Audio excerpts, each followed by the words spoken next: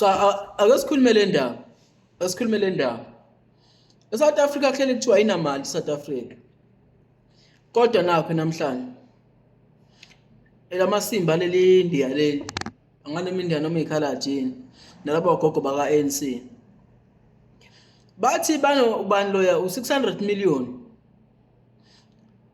ozoba costa ukuthi ngomhla ka30 batshala amaphoyisa namasotsha.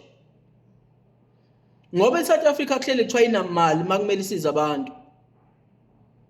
Namhlanje bona imali sikhona. Makumele kuvikela amashangana imali sikhona eSouth Africa. Lo 600 million lo ubungeke uthathe kunakekela abantu basemzansi ukunalamasimba ka350 abanikwa wona. Lo 600 million ubungeke kade kuthathwe ke labantu bokuhamba bagodukiswe bayema kubo. Yingoba bona hezo osopolitiki babavikela baba provide ngayo yonke into. Abantu bakithi bahlala emjondolo. Abantu bokufika bahlala emafletini.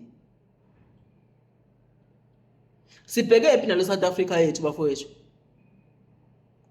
Kubanje bafethu nivotele iGNU yakhona lenukayo neANC yakhona le mina ngingeni indaba yokuvota bafethu.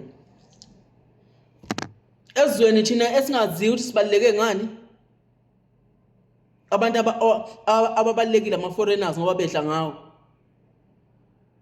Thina indaba yethu ayingena eSouth Africa. Osopolitiki babekwe ekhundleni bese beyifida bona ngemali. Abanawo nembeza.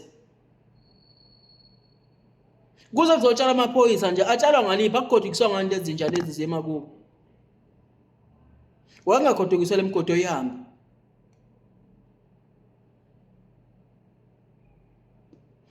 Emzansi amaphoyisa akhona. Makumele kuvikela abantu bokufika. Kodwa ngesikhathi siwadinga thina siwathola masidinga usizo. Kuthi imoto azikho. Ema hostel kubulawana every day. Akathi kufaka amasotsha. Amaphoyisa ayazi la okudayisa khona ama drugs bathawayi. Namhlanje ngoba sekuxoshwe boss babo sebona sebeyabavikela. Forward. Aqhubani bafethu nivotele le South Africa yeni yamasimo. Ngeke ngimele mina. Siyasiphila nje sifuseke kule South Africa yethu bafethu angifuna uqamba amanga.